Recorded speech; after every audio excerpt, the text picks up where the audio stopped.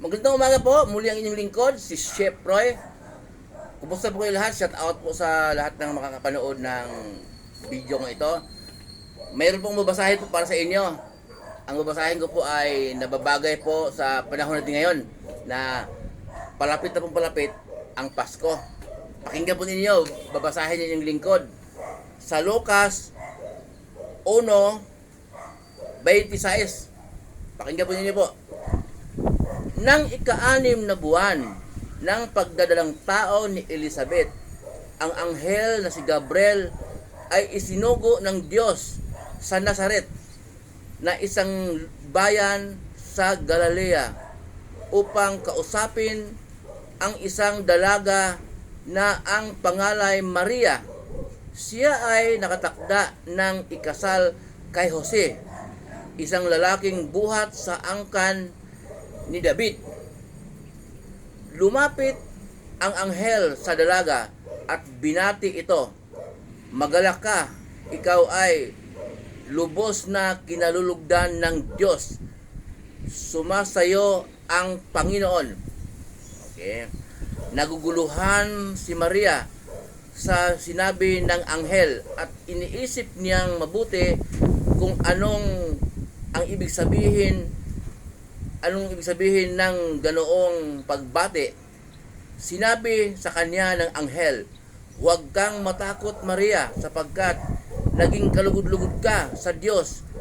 Makinig ka, ikaw ay maglilihi at manganganak ng isang sanggol na lalaki, at siya'y papangalanan mong Jesus. Siya'y magiging dakila at tatawaging anak ng kataas-taasang Diyos. Ibibigay sa kanya ng Panginoong Diyos ang trono ng kanyang amang si David upang maghari sa angkan ni Jacob magpakailanman. Ang kanyang paghahari ay walang katapusan." Paano pong mangyayari ito? Gayong ako'y isang birhen, tanong po ni Maria. Sumagot ang anghel, "Sasayo ang Espiritu Santo at mapapasailalim ka sa kapangyarihan ng kataas-taasang Diyos. Dahil dito, ang isisilang mo'y banal at tatawaging anak ng Diyos. Hindi ba't ang kamag-anak mong si Elizabeth ay baog? Ganon pa may naglilihi siya ngayon.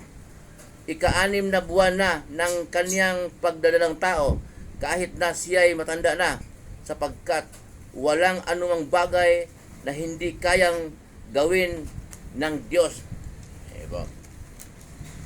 Sumagot si Maria, "Ako'y alipin ng Panginoon, mangyari nawa sa akin ang iyong sinabi." Pagkatapos, umalis na ang anghel. Yun po. Si Maria po ay dalaga. Ikakasal pa lang siya kay Jose. Si Jose naman ay matuwid na tao. Nagmula siya sa angkan ni David. Okay? Kaya po nung nagulat siya, inosente, siyang pinili ng Diyos na magiging ina ng ating Panginoong Hesus. Kasi ang ating Panginoong Hesus, anak ng Diyos. Ipanganak siya ni Maria. Si Maria ang napili kaya para magkatawang tao. Sabi po nga nila, kasi si Jesus ay Diyos. Diyos siya. Nagkatawang tao lang para may dugo. Kasi ang dugo natin, ang dugo niya ang mahalaga eh. Yun ang panghugas ng ating mga kasalanan. Yun ang panglinis sa ating mga karumihan. Kaya noong nagtanong si Maria, paano mangyari ito? Parang dalawang isip maniwala. Paano mangyari ito? Ako yung isang birhen. Dalaga pa siya. Wala pang lalaking nakakagalaw sa kanya. Ibig ko sabihin nun, paano mangyari ito? Ako isang birhen. Pinaliwanag sa kanya ng anghel ng Diyos na si Gabriel. Sa ilalim ka ng kapangyarihang Diyos. Okay, kaya ang ipapanganak mo yung sanggol. Sa sayo ang Espiritu ng Diyos na makapangyarihan sa lahat. Ayun, sabi niya naman ni Maria, mangyari nawa ang sinabi mo, di ako alipin ng Diyos. Okay, nagdala ng tao siya po. Hindi gaya po ni Zacarias na Nung nagdalawang isip siya, paano mangyari ito? Ako'y matanda na, gayon din ang aking asawa. Ay, nainis yung anghel. Dahil hindi kasi naniniwala sa mga sinasabi ko, magiging pipi ka at hindi ka makapagsalita. Kasi po, magkaiba sila. Bakit pinarusahan sa Zacarias? Kasi si Zacarias po, naglilingkod sa templo ng Diyos bilang pare, matagal na siyang humihiling sa Diyos na magkaroon ng anak. Nung ibigay na ng Diyos, hindi siya niniwala. Magulo ka palang kausap baga sa tao. Kung tao, hihiling ka sa tao, tapos,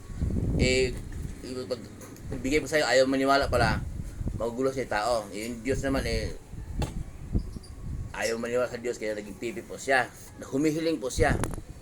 Hindi gaya ni Maria na hindi humihiling. Nilapitan siya ng anghel kasi pinili siya ng Diyos na maging ina ng ating Panginoong Jesus. Gagawin siyang kasangkapan. Okay po? Yun po kaiba nila kasi may nagtanong po kasi nung una kong binasa to Oh, si Maria bakit hindi naging pipi? Nag-ano din naman siya, nag-question din naman siya Paano mangyari to? Dalaga ko. Bakit si Zacarias naging pipi? Nung sinabi ni Zacarias, paano mangyari ngayong kaanak kami na matanda na ako? Magkaiba po sila. Si Zacarias po, humiling sa Diyos. Matagal siyang humiling. Ibigay, hindi siya naniniwala. Si Maria naman hindi humiling. Talagang siya ang pinili ng Diyos. Kaya nung nagtanong siya, paano mangyari to? Dalaga ako. Pinaliwanag ng anghel na sa ilalim ka ng Diyos na makapangyarihan sa lahat. Yun po ang pinagkaiba nila. Muli po ang inyong lingkod, si Chef Roy. Pagpapalain po kayo ng Diyos, sasamahan kayo ng Diyos kahit saan po kayo pupunta sa mga trabaho, pinasukan ninyo, mga negosyo, ano man pinagkikitaan niyo sa buhay, ayon sa kalooban ng Diyos.